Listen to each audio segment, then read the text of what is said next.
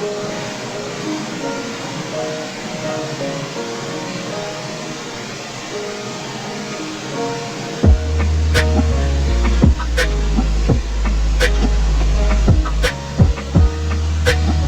Bapak Ibu semuanya, di sini saya tunjukkan bahwasanya survei lingkungan belajar untuk paket A Guru SMK tahun 2022 ini terdiri dari halaman 1 sampai dengan halaman 146. Kita coba bahas di halaman 1 Bapak Ibu.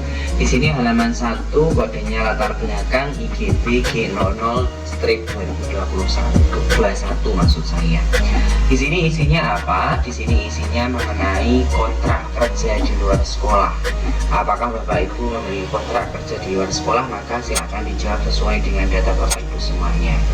Poin yang kedua, akses internet mana saja yang Anda miliki di rumah? Wifi, internet dari HP atau yang apa? Silakan dijawab juga. Latar belakang organisasi profesi apa saja yang Anda ikuti? Ini maksudnya latar belakang dari Bapak Ibu semuanya ya. Boleh dipilih lebih dari satu. Apa peran Anda di organisasi tersebut? Anggota ya Bapak Ibu. Apa pada akhir tahun ajaran ini sudah berapa tahun Anda menjadi seorang guru? Ini latar belakang maksudnya ialah background daripada Bapak Ibu semuanya. Ini dijawab sesuai dengan kondisi Bapak Ibu ya. Apakah Anda merupakan guru atau siswa berkebutuhan khusus? Tidak. Selama 1 tahun akademik ini, apakah Anda mengalami hal berikut? Siswa mengerjakan tugas lain ketika belajar? Tidak pernah. Anda memerlukan waktu lama untuk membuat suasana? Tidak pernah. Ya, kita klik selanjutnya. Selama Anda mengajar di kelas yang Anda ampu, apakah Anda menemukan hal-hal berikut? Yang pertama, siswa yang mengerjakan tugas tepat waktu. Ini iya seluruhnya. Siswa yang berani menyampaikan pendapatnya, iya seluruhnya. Siswa yang tidak menyimak penjelasan materi pelajaran, iya sebagian kecil ya Bapak Ibu. Di sini ada pernyataan negatif, pernyataan positif, pernyataan positif. Oke, selama Anda mengajar di kelas yang Anda ampu sekarang, apakah Anda melakukan hal-hal berikut? Mendiskusikan dengan siswa terkait jenis sanksi bagi pelanggar atau belajar di kelas Anda. Ini selalu tapi bahasa yang tepat bukan sanksi ya, tapi lebih ke jika siswa tidak sesuai dengan kesepakatan yang dibuat sebelumnya. Menyampaikan bentuk-bentuk reward dan hukuman kepada siswa di kelas ini harus ya Bapak Ibu. Ini harus karena memang ketika belajar kontrak daripada kegiatan belajar itu harus disampaikan di awal. Terus yang selanjutnya, selama Anda mengajar di kelas yang Anda ampu, apakah Anda menemukan hal-hal berikut? Siswa yang menjadi rajin setelah Anda menasehati, ya seluruh siswa. Siswa yang melakukan bullying, tindakan perundungan, tidak ada ya Bapak Ibu, karena memang perundungan atau bullying tidak diperbolehkan. Ini salah satu perilaku tercela atau sikap tidak baik, maka perlu diupayakan untuk dihindari. Siswa yang antusias di kelas setelah Anda memberikan reward, iya ini seluruhnya ya Bapak Ibu, karena tipikal daripada siswa saya ini cenderung pada hal-hal yang memang ketika mengerjakan sesuatu itu semangat, tetapi akan lebih semangat kalau ada rewardnya. Memberikan motivasi secara langsung dengan kata-kata yang menunjukkan kepedulian terhadap siswa, ya ini sangat sesuai.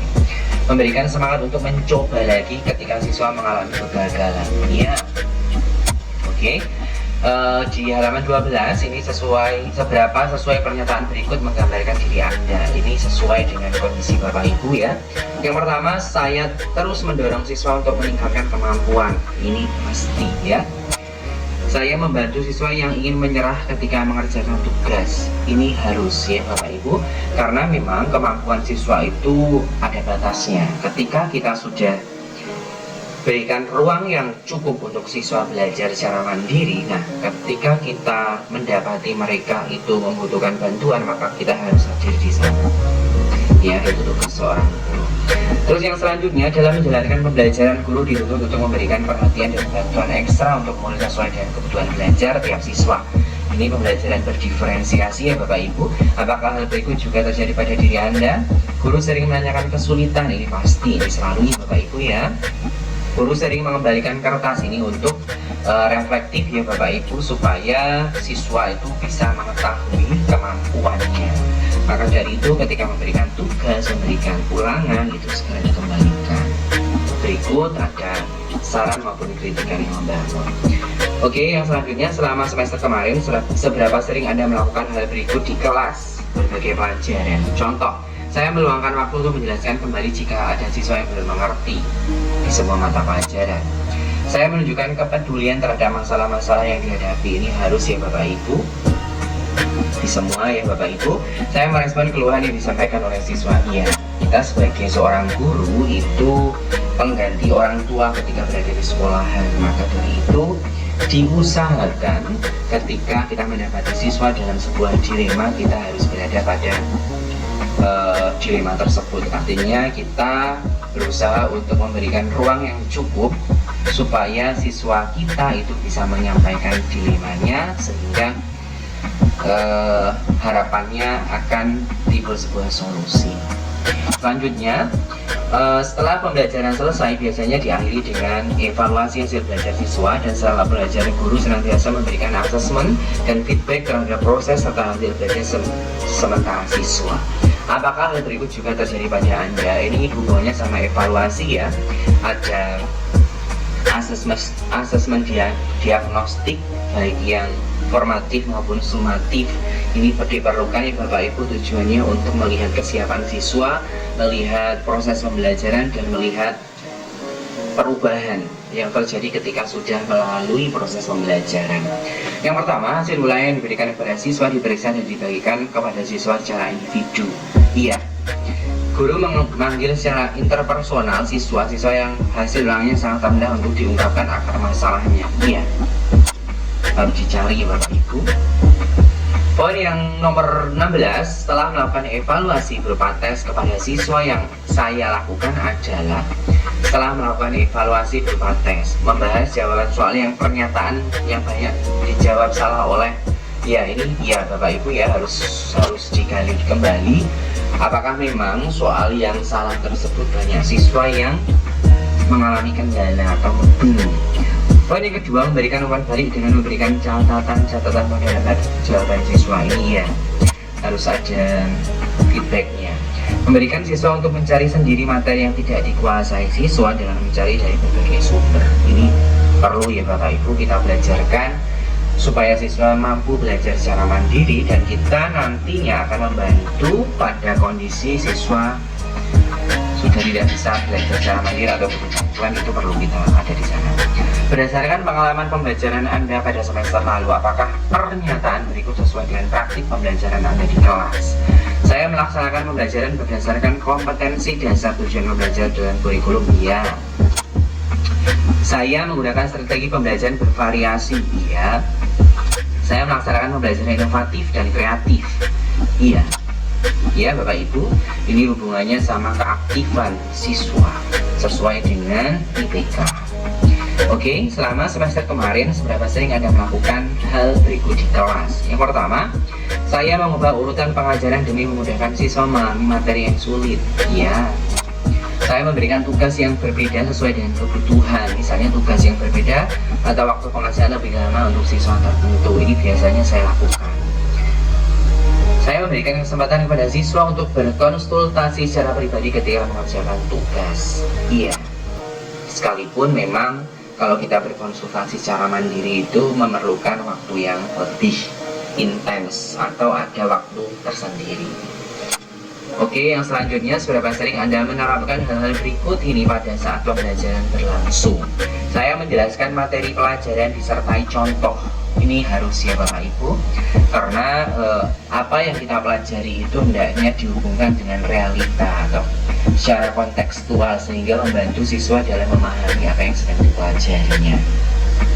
Saya menjelaskan materi pelajaran disertai gambar untuk memperjelas materi. Iya Bapak Ibu, karena gaya belajar atau modalitas belajar siswa itu beragam. Ada yang visual, ada auditori, ada yang audiovisual. Jadi beberapa media pembelajaran dalam bentuk gambar itu bisa membantu siswa dalam memahami konsep yang sedang dipelajari. Saya menjelaskan materi pelajaran mulai dari konsep yang sederhana, iya. Tujuannya kenapa? Karena supaya siswa memiliki kemampuan berpikir yang sistematis, itu biasanya seperti itu. Terus selama semester kemarin, seberapa sering Anda melakukan hal berikut di kelas? Yang pertama, saya meminta siswa menjelaskan cara menemukan jawaban soal. Ini pasti ya Bapak Ibu. Saya meminta siswa memberikan komentar atau tanggapan terhadap pendapat siswa lain. Ya, ini melatih kemampuan atau keterampilan berkomunikasi. Saya meminta siswa menceritakan pemahaman tentang materi pelajaran kepada siswa lain. Ya, ini melatih mental, melatih keterampilan komunikasi dan lain sebagainya, atau kepemimpinan siswa juga bisa. Oke, kita lanjut di halaman 21, yaitu mengenai proses pembelajaran diawali dengan melontarkan pernyataan yang merangsang siswa. Ini persepsi ya. Pada hari pembelajaran, siswa diminta untuk menyimpulkan materi yang dipelajari pada hari itu. Ya. Siswa diminta untuk membuat sebuah simpulan atas pembelajaran yang sudah dilakukan sebelumnya. Ini perlu ya Bapak Ibu dilakukan. Seberapa sering Anda menerapkan hal-hal berikut pada saat pembelajaran berlangsung? Saya meminta peserta didik menjelaskan dasar pemikirannya saat menjawab pertanyaan yang diajukan oleh temannya. Ya. Saya membatasi peserta didik untuk menyelesaikan soal latihan dalam buku pelajaran dengan cara yang sudah saya ajarkan. Tidak ya Bapak Ibu ya. Tidak sama sekali. Tidak dibatasi, silahkan. Tapi yang pasti seorang guru itu memberikan ruang yang cukup dan waktu yang cukup untuk siswa berimprovisasi. Oke, poin yang selanjutnya, selama semester kemarin seberapa sering Anda melakukan hal berikut di kelas berbagai pelajaran? Saya mengajukan pertanyaan terbuka yang menimbulkan minat. Iya, pertanyaan terbuka ini perlu. Saya tetap merespon positif tepat meskipun siswa memberikan jawaban yang keliru. Iya. Saya menjelaskan materi pelajaran dengan membaca penjelasan yang tertulis di buku guru.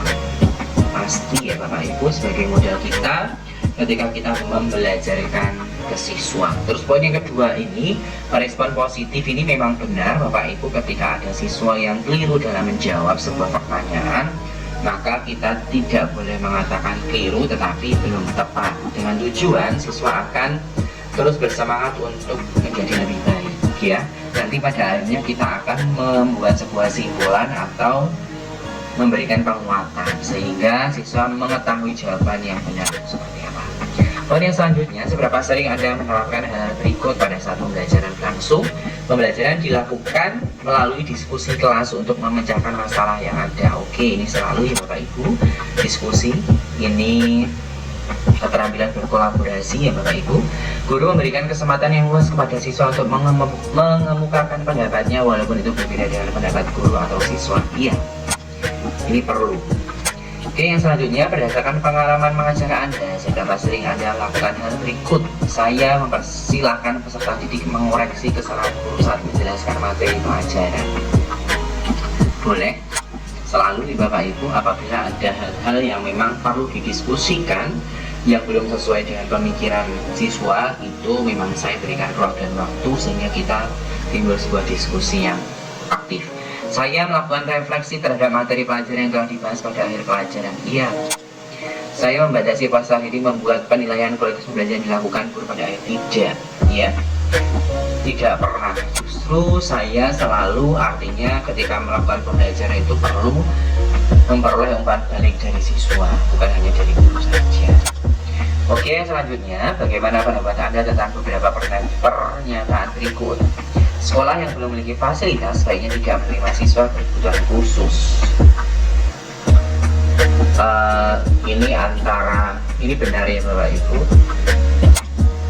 karena memang ada siswa yang berkebutuhan khusus, misal disabilitas dan lain sebagainya. Apabila sekolah kita itu belum bisa memanage atau melaksanakan pembelajaran sesuai dengan kebutuhannya, maka itu akan justru timpang. Maka dari itu sebaiknya, jika kita belum bisa memenuhi kebutuhan belajar siswa berkebutuhan khusus, maka kita arahkan saja mereka ke sekolah yang memang sudah memiliki fasilitas tersebut. sekolah yang belum memiliki guru pendamping siswa berkebutuhan khusus sebaiknya tidak menerima siswa berkebutuhan khusus. Benar, karena tujuannya supaya ketika belajar itu kebutuhan belajarnya terpenuhi. Kalau memang guru pendampingnya belum ada, dipaksakan, itu takutnya kita tidak bisa mengakses kebutuhan belajar siswa tersebut. Yang selanjutnya, bagaimana pendapat Anda tentang beberapa pernyataan berikut? Menangani siswa berkebutuhan khusus dapat dilakukan dengan menyusun kurikulum adaptif. Ini setuju ya Bapak Ibu. Mengajar siswa berkebutuhan khusus dengan cara yang sama dengan siswa reguler dapat dilakukan tanpa guru pendamping. Ini sangat tidak setuju karena memang perlu ada pendamping ya Bapak Ibu. Bagaimana pendapat Anda tentang beberapa pernyataan berikut? Guru pembimbing khusus boleh memfasilitasi guru reguler untuk dapat menggunakan alat bantu khusus? Iya. Ya Bapak Ibu, ini perlu berkolaborasi sehingga guru reguler itu mampu menggunakan alat bantu khusus. Guru dapat merekomendasikan sekolah agar bekerja sama dengan puskesmas untuk memfasilitasi pemeriksaan menyeluruh terhadap siswa dengan disabilitas ini benar. Tanpa guru pembimbing khusus pun siswa dengan kecerdasan istimewa akan dapat mengembangkan potensi sendiri di kelas reguler. Menurut saya ini salah, karena siswa berkebutuhan khusus itu memang perlu ada pendampingnya, sehingga ketika saat siswa itu membutuhkan sebuah pertolongan, maka ada guru pendamping yang bisa mengakses pertolongan tersebut, sehingga ada gitu loh Bapak Ibu, tidak terkesampingkan.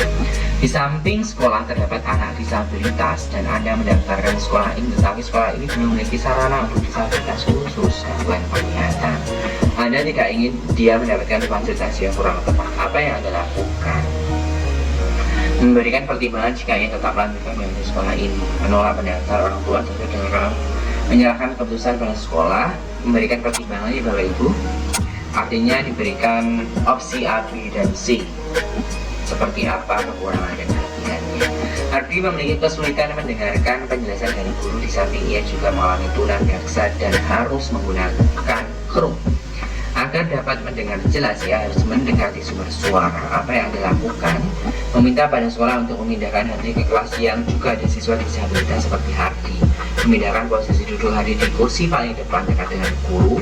Mengusahakan pengadaan alat bantu dengan khusus untuk digunakan di sekolah. Ini Bapak Ibu ya, yang perlu atau yang bisa dilakukan, karena memang harus mendekati sumber suara, maka coba diatur dulu tempatnya. Oke, selanjutnya, Joni adalah siswa dengan tunawicara. Ia kurang bisa menyampaikan ide kepada orang lain, sehingga jarang berinteraksi dengan temannya. Yang Anda lakukan adalah mengajarkan siswa lain belajar bahasa isyarat dasar untuk dapat berkomunikasi, menggunakan bahasa tulis agar lebih mudah dipahami oleh Doni, menambah jam pelajaran bagi Doni tidak mendapatkan materi, dan guru yang paham bahasa isyarat.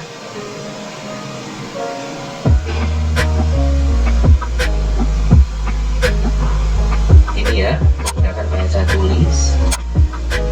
Oke, selanjutnya, bagaimana pendapat Anda tentang beberapa pernyataan berikut? Membiarkan siswa dengan berbagai kemampuan yang berbeda untuk belajar bersama akan mendorong pemahaman yang lebih besar terhadap watak keberagaman. Ini saya sangat setuju ya Bapak Ibu. Standar kualitas sekolah akan menurun jika memiliki siswa dengan disabilitas tidak. Oke, bagaimana persepsi Anda mengenai pernyataan berikut? Setiap pengajar guru sebaiknya menggunakan media pembelajaran yang sama, yaitu buku. Ini tidak ya Bapak Ibu. Ini artinya salah. Buku ini beragam ya, apalagi sekarang sumber belajar atau media belajar itu beragam. Bapak Ibu tinggal menyesuaikan saja. Memberikan ujian secara mendadak dapat membantu untuk melihat kemampuan siswa dinilai efektif. Tidak ya Bapak Ibu, perlu diberikan petunjuk awalnya kapan mau melakukan evaluasi ataupun penilaian. Apakah Bapak atau Ibu melakukan hal berikut? Guru mengembangkan rencana pelajaran yang berbeda-beda sesuai dengan kebutuhan belajar masing-masing. Ini dalam artian pembelajaran berdiferensiasi ya Bapak Ibu, perlu Ada opsi A, opsi B, opsi C, yang semuanya dapat mengakses kebutuhan belajar siswa. Guru bekerja sama dengan guru pendamping khusus ini ya, seharusnya. Oke, selanjutnya, bagaimana pendapat Anda tentang beberapa pernyataan berikut? Siswa berkebutuhan khusus adalah siswa yang lebih pandai dan memahami lebih cepat. Tidak setuju ya Bapak Ibu? Menurut saya, cerdas istimewa adalah kondisi anak yang selalu naik kelas. Tidak setuju. Anak cerdas istimewa memiliki ketertarikan pada berbagai bidang materi. Boleh disetujui Bapak Ibu. Oke, di halaman 36, bagaimana sikap Anda tentang beberapa pernyataan berikut? Menurut saya, siswa berkebutuhan khusus yang mengalami kesulitan belajar akan tinggal kelas berkali-kali. Tidak setuju. Siswa cerdas dan berbakat bukan termasuk berkebutuhan khusus karena ia memiliki kemampuan memahami pelajaran dengan cepat. Tidak setuju. Seharusnya seorang guru harus menguasai berbagai teknik mengajar. Iya. Ketika ada orang tua mendapatkan anak di sekolah inklusi, sekolah dapat memberikan informasi mengenai kekhususan yang dapat diterima di sekolah tersebut. Iya. Setuju. Oke, di halaman 37 ini ada beberapa pernyataan. Pernyataan yang pertama, selama pembelajaran guru membuat catatan jurnal berisi kejadian di kelas. Sering. Oke, selalu setelah selesai pembelajaran guru melakukan perbaikan pada elemennya. Iya. Jika pada pelaksanaan proses pembelajaran di kelas ada yang tidak sesuai dengan RPP, maka segera rumuskan langkah atau solusi sesuai dengan pelaksanaan. Iya. Jika dalam proses pembelajaran terdapat kegiatan tidak sesuai dengan RPP, maka dilakukan diskusi dengan guru sebidang. Iya. Membaca buku teks artikel di buletin maupun jurnal ini membantu mencari ide. Iya. Mengikuti seminar, webinar, pelanggaran masalah ilmiah memudahkan semua kegiatan belajar. Iya. Untuk upgrade kemampuan ya Bapak Ibu. Poin yang selanjutnya di sini bekerja sama dengan guru lain untuk memastikan adanya standar penilaian yang adil atau sama. Ini rutin ya Bapak Ibu.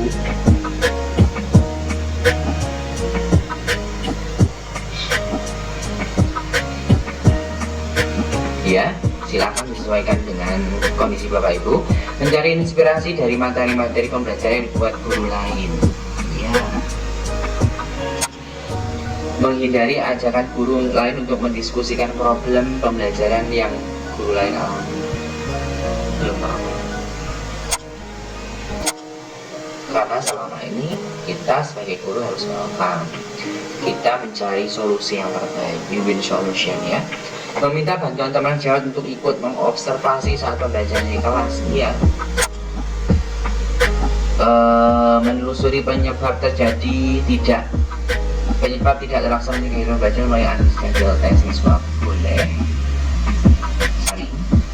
Menyebarkan angket tentang tanggapan siswa dalam pembelajaran. Iya, selalu.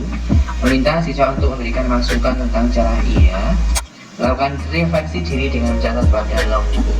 Boleh. Iya. Beberapa kali merekam proses pembelajaran sebagai bahan refleksi. Iya. Untuk refleksi kita ya sebagai seorang guru. Menyelesaikan pembelajaran tanpa umpan balik dari siswa ini tidak pernah ya Bapak Ibu, sangat tidak setuju. Karena memang pembelajaran itu perlu adanya refleksi. Sehingga tujuan akhir daripada refleksi ialah data yang diperoleh nantinya bisa digunakan sebagai perbaikan ke depannya. Oke, refleksi pembelajaran belum diperlukan untuk mengajar di hari yang sama. Tidak setuju ya Bapak Ibu.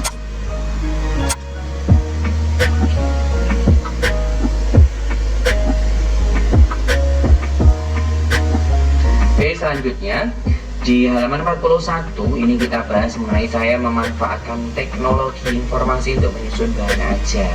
Iya. Saya mengembangkan e-modul. Iya. Saya mengembangkan bahan ajar yang interaktif. Iya. Saya memodifikasi peralatan untuk media pembelajaran. Iya. Saya memanfaatkan bahan yang ada di sekitar. Iya. Saya menyusun bahan ajar berbasis digital. Iya. Oke, yang selanjutnya mencoba hal-hal baru yang merepotkan dan belum tentu benar.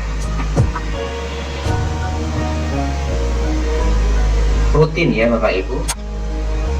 Jadi kita sebagai seorang guru pun perlu yang namanya berpindah dari posisi nyaman kita. Kita harus mencari hal-hal baru, mencoba cara baru untuk mengajak siswa berbagai keterampilan belajar mandiri ini ya.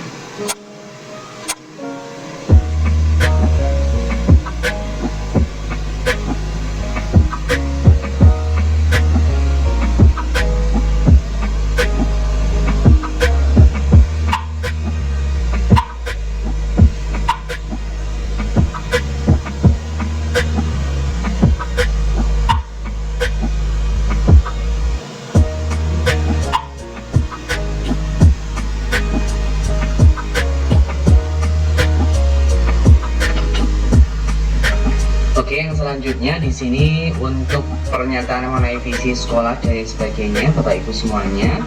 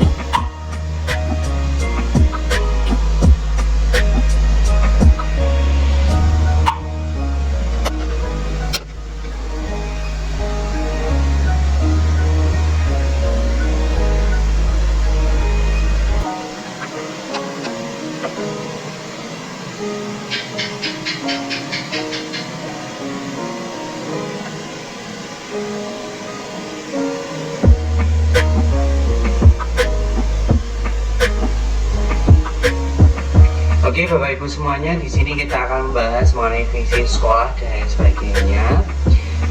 Dimana di sini ada visi sekolah dibahas melalui rapat yang dihadiri kepala sekolah, guru dan tenaga kependidikan. Ini sangat sesuai karena sebuah program sekolah itu yang pasti semua masyarakat ataupun anggota sekolah itu wajib tahu dengan tujuan ketika menyusun sebuah program itu akan mengerucut kepada visi sekolah.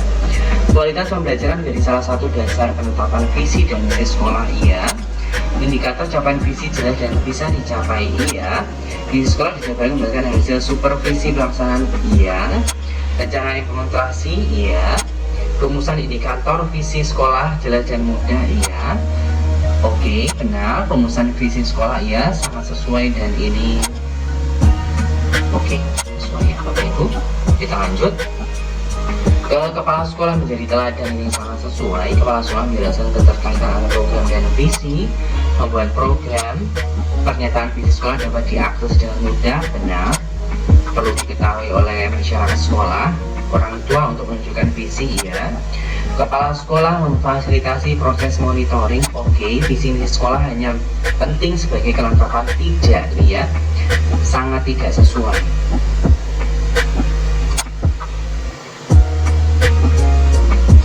Ini pernyataan negatif ya Bapak Ibu, visi sekolah kurang dipahami oleh sebagian besar guru. Ini sangat tidak sesuai. Kepala sekolah mencermati kesesuaian penilaian asesmen yang guru dengan tujuan belajar. Oke, kita pilih selanjutnya. Oke, di sini menyampaikan kompetensi yang akan dicapai dan manfaatnya dalam kehidupan sehari-hari. Ini selalu menyampaikan lingkup dan teknik penilaian iya, memberikan umpan balik terhadap proses dan hasil belajar itu.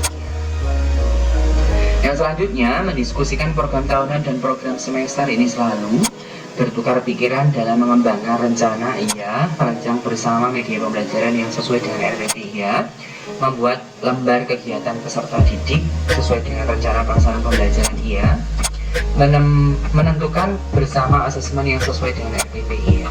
bersama dengan guru yang sebidang mungkin ya Bapak Ibu. Kepala sekolah menjelaskan sasaran peningkatan kualitas pembelajaran sebagai acuan bagi guru ini sangat sesuai. Kepala sekolah mendiskusikan pilihan dan arahan strategi pembelajaran bersama guru ya. Kepala sekolah menunjukkan kepada guru contoh-contoh praktik baik ya. Aksi nyata ya, kepala sekolah memonitor kesesuaian aktivitas ini sangat sesuai Bapak Ibu. Kepala sekolah memastikan praktik asesmen pembelajaran dilakukan guru di kelas sesuai dengan tujuan pembelajaran ini. Kalau sudah, kita pilih selanjutnya.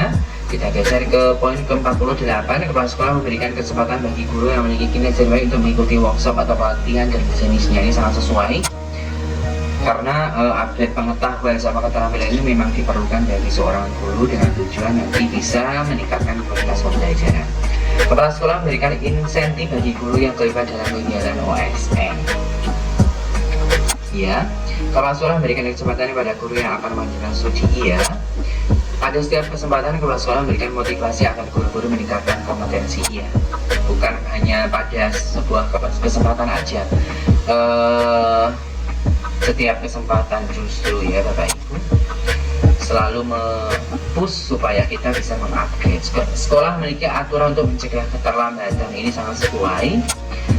Memberikan apresiasi pada guru yang menggunakan cara baru, iya ini sangat sesuai. Kepala sekolah memberikan apresiasi pada guru yang menggunakan beragam motivasi, ini sangat sesuai.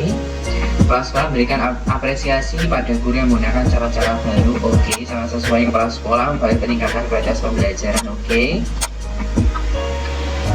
Menurut kepala sekolah, kompetensi guru akan berkembang sesuai dengan pengalaman sehingga tidak perlu ada waktu. Tidak, ini Bapak Ibu sangat tidak sesuai, ini pernyataan negatif. Pencarian informasi mengenai peluang pengembangan profesi bagi guru menjadi tanggung jawab guru, benar, sangat sesuai. Mohon maaf, ini perlu dikoreksi lagi. Yang pencarian informasi mengenai peluang pengembangan profesi bagi guru menjadi tanggung jawab guru, memang iya menjadi tanggung jawab guru, tetapi tidak ini ya, cenderung tidak sesuai karena memang kalau kita berbicara masalah sekolah itu semua warga sekolah termasuk kepala sekolah itu menjadi salah satu faktor yang menentukan pengembangan bagi guru.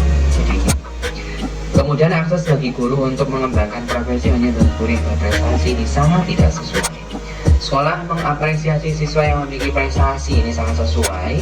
Kepala sekolah memberikan apresiasi bagi guru yang mendorong siswa, ini sangat sesuai.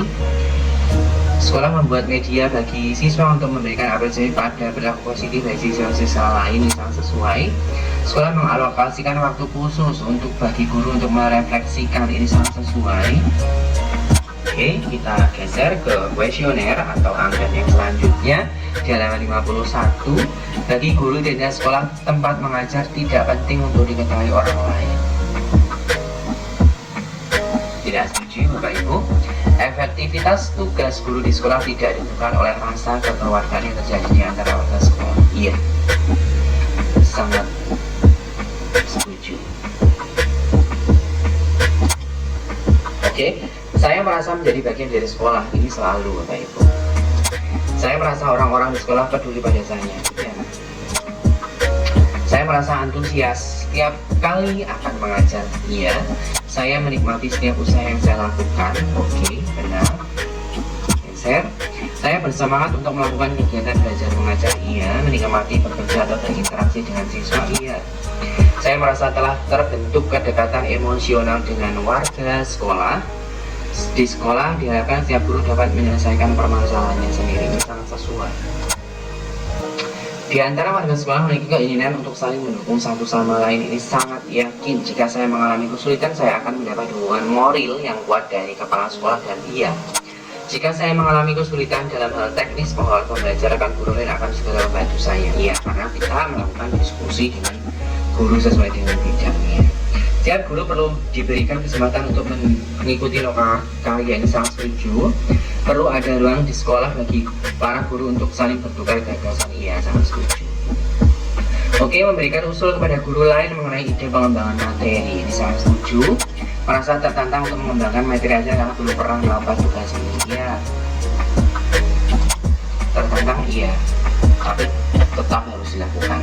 Membaca buku di luar mata pelajaran yang saya ampu, iya Bapak Ibu, karena ilmu itu tidak satu bidang. Akan lebih bagus kalau kita bisa memahami beberapa ilmu, sehingga nanti akan muncul pemikiran yang global atau mempunyai perspektif secara global. Mengikuti pelatihan di luar yang ditugaskan kepala sekolah. Ini selalu ya Bapak Ibu. Oke, perundungan hanya daripada siswa yang lemah. Ini sangat tidak ya, sangat tidak setuju. Tidak berkenan menjawab maksud saya. Dampak buruk perundungan meliputi, iya ini sangat setuju. Coba kita analisis yang pernyataan ini. Perundungan hanya terjadi pada siswa yang lemah. Sangat tidak setuju. Perundungan ini bisa terjadi kepada siapapun. Maka dari itu kita harus menjaga supaya tidak ada budaya perundungan. Siswa mencibir temannya yang tidak mampu. Sangat tidak setuju. Tidak ada istilahnya mencibir ya Bapak Ibu, atau membudayakan sikap yang seperti ini tidak boleh. Guru menekan siswa agar ia lebih rajin dalam belajar termasuk perundungan. Menekan, bahasanya bukan menekan nih Bapak Ibu, tapi dibimbing ya. Hukuman fisik perlu ada di sekolah. Ini sangat tidak setuju menurut saya. Hukuman fisik terbukti merupakan cara yang efektif. Tidak setuju. Metode pendisiplinan sekolah harus lebih ketat. Cenderung setuju Bapak Ibu. Harus ada seseorang sekali yang diberi kewenangan memberikan hukuman fisik. Sangat tidak setuju. Atau tidak setuju. Sesekali menakut-nakuti siswa dengan ancaman hukuman fisik. Tidak setuju. Kita lanjut ke halaman 62. Saya tahu apa yang perlu dilakukan jika ada siswa yang melapor telah mengalami kekerasan seksual. Oke, setuju. Saya bisa menjadi narasumber atau fasilitator pelatihan bagi guru-guru lain tentang kekerasan. Cenderung setuju Bapak Ibu. Saya yakin dapat menyelesaikan kasus perundungan terjadi di antara siswa. Setuju. Saya paham cara menangani siswa yang menjadi pelaku perundungan. Setuju. Nah, klik selanjutnya kita yang cara berpakaian siswa di sekolah dapat memicu terjadinya kekerasan seksual. Oke, di sini tidak yakin Bapak Ibu.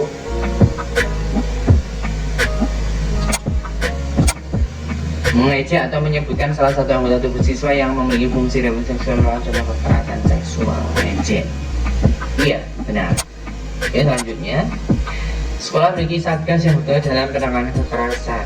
Ya, sekolah memberikan edukasi. Ya, pemimpin sekolah aktif mengkampanyekan program pencegahan. Ya. Saya punya pengetahuan yang relevan tentang kekerasan seksual. Ya, saya bisa menjadi narasumber. Tidak yakin ya Bapak Ibu, karena memang keilmuan saya itu perlu ditambah lagi sehingga nantinya bisa sebagai fasilitator. Pelecehan seksual umumnya dilakukan oleh orang-orang yang dikenal korban seperti teman, rekan kerja. Salah. Pelecehan seksual hanya terjadi pada perempuan. Salah. Menyentuh pakaian atau tubuh seseorang sehingga membuat tidak nyaman merupakan tindak pelecehan seksual. Benar. Mempertunjukkan objek atau konten yang menjurus ke arah seksual dalam bentuk pelecehan seksual. Benar. Menyuruh melakukan aktivitas seksual disertai ancaman di lapangan. Benar. Bukan pelanggaran. Ini salah ya. Pelecehan seksual termasuk mengirimkan pesan atau gambar secara manual dari berhubungan seksual. Iya. Nah, kita lanjut di halaman 67. Saya merasa yakin dapat mencegah terjadinya kekerasan seksual dengan melakukan edukasi. Sesuai ya Bapak Ibu. Saya paham cara menangani siswa yang menjadi pelaku. Kita geser. Saya bisa dengan mudah mengatasi kejadian kekerasan seksual. Sesuai. Saya punya pengetahuan yang mendalam. Sesuai. Saya mengetahui bahwa rokok, minuman keras, ganja, sabu, lem yang tidak menimbulkan kecanduan termasuk dalam jenis narkoba. Ya, saya mencari tahu informasi tentang ciri-ciri penyedia. Ya, saya mengetahui tentang perilaku beresiko. Ya, lanjut di halaman 70. Jawaban pertanyaan berikut, Anda mengetahui ciri pemakai narkoba diantaranya adalah tidak fokus dan gelisah. Anda menemukan perubahan perilaku dan ciri tersebut pada salah satu siswa sekolah Anda. Apa yang dilakukan?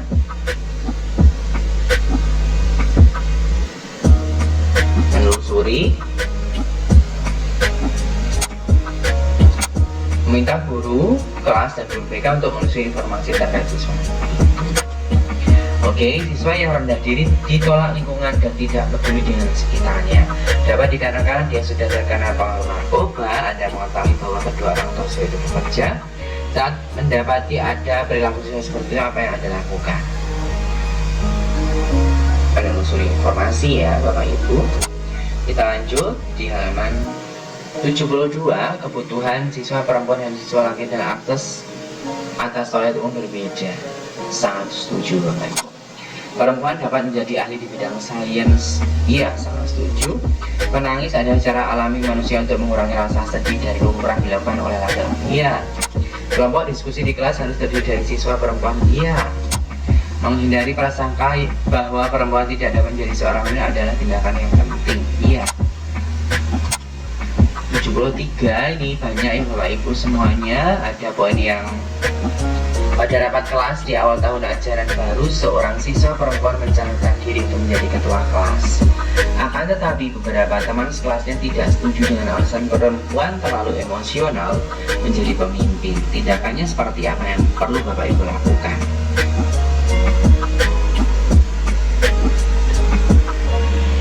Itu ya.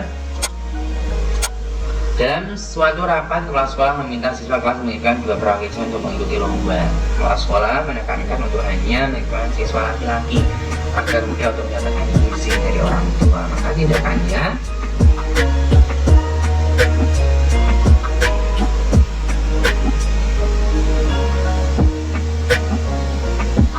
ini ya. Oke. Poin yang selanjutnya mengenai ketika piket kelas, seorang siswa laki-laki menyatakan tidak ingin ambil bagian.